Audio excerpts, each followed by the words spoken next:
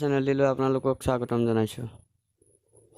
আজি ভিডিঅ'টিত আপোনালোকৰ বাবে লৈ আহিছোঁ চলচ্চিত্ৰ জগতৰ 10টা প্ৰশ্ন আৰু ইয়াৰ উত্তৰ। যদি ভিডিঅ'টি ভাল লাগে লাইক কৰি দিব আৰু শ্বেয়াৰ কৰি দিব, আৰু যদি মোৰ চেনেলটিলৈ নতুনকৈ আহিছে চেনেলটি ছাবস্ক্ৰাইব কৰি কাষত থকা বেল আইকনটি দবাই দিবলৈ নাপাহৰিব। আহক তেন্তে ভিডিঅ'টি আৰম্ভ কৰোঁ। আজি প্ৰথম প্ৰশ্ন, পৃথিৱীৰ বৃহৎ চিনেমা হলটোৰ নাম কি?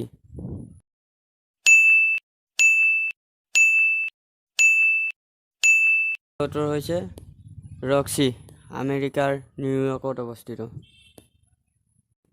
দ্বিতীয় প্ৰশ্ন, ভাৰতবৰ্ষৰ প্ৰথম চিনেমা হলটো ক'ত অৱস্থিত?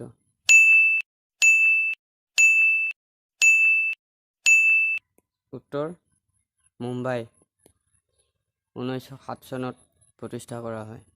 তৃতীয় প্ৰশ্ন, ৰাষ্ট্ৰীয় পৰ্যায়ত শ্ৰেষ্ঠ অভিনেত্ৰীৰ সন্মান অৰ্জন কৰা প্ৰথম মহিলাগৰাকী কোন আছিল?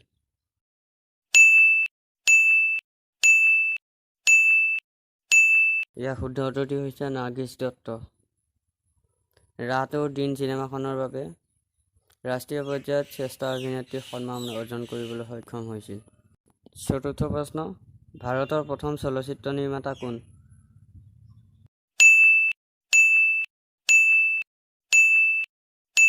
শুদ্ধ উত্তৰ দাদাচাহেব ফাল্কে। পঞ্চম প্ৰশ্ন, মেগাষ্টাৰ অমিতাভ বচ্চনে প্ৰথম অভিনয় কৰা ছবিখনৰ নাম কি?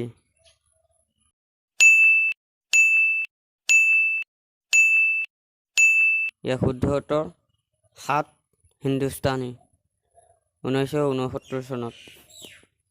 ষষ্ঠ প্ৰশ্ন, অস্কাৰ বঁটা বিজয়ী প্ৰথম অভিনয় শিল্পীগৰাকী কোন?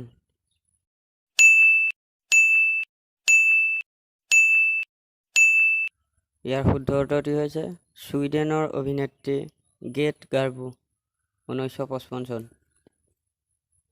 সপ্তম প্ৰশ্ন, গান্ধী নামৰ চলচ্চিত্ৰখনে কিমানটা অস্কাৰ বঁটা লাভ কৰিছিল?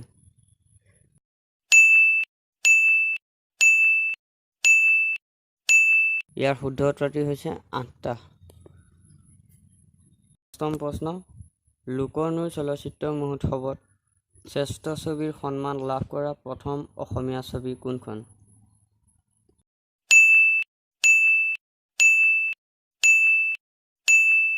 ইয়াৰ শুদ্ধ উত্তৰ হৈছে জাহ্নু বৰুৱাৰ হালধীয়া চৰাই বাওধান খায়। নৱম প্ৰশ্ন, ভাৰতৰ কোনখন চলচ্চিত্ৰ পোনপ্ৰথমে আন্তঃৰাষ্ট্ৰীয় দৰ্শকৰ বাবে পুনৰ নিৰ্মাণ কৰা হৈছে?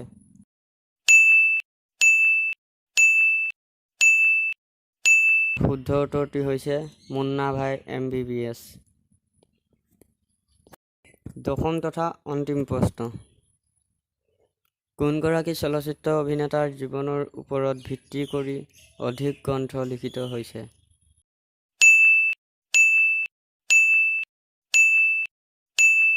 ইয়াৰ শুদ্ধ উত্তৰটি হৈছে চাৰ্লি চেপলিন।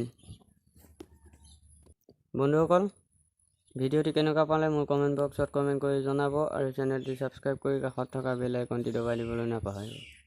ধন্যবাদ।